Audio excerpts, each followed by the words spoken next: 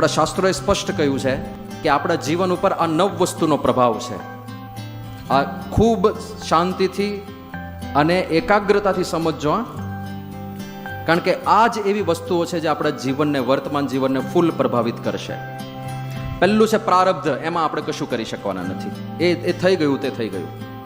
બીજું છે દેશ, આપણે ક્યાં રહીએ છીએ એ અસર કરે જ છે. તમારું પ્રારબ્ધ ગમે તેટલું સારું હોય પણ અત્યારે બાંગ્લાદેશમાં જઈને રહો તો રાયટ્સની વચ્ચે નુકસાન તો થાય જ. પ્રારબ્ધ ગમે તેટલું સારું હોય પણ અત્યારે પાકિસ્તાનમાં જઈને રહો તો ત્યાંની ઇકોનોમી એટલી ડાઉન છે, કશું ના કરી શકો તમે. એટલે દેશ મેટર્સ.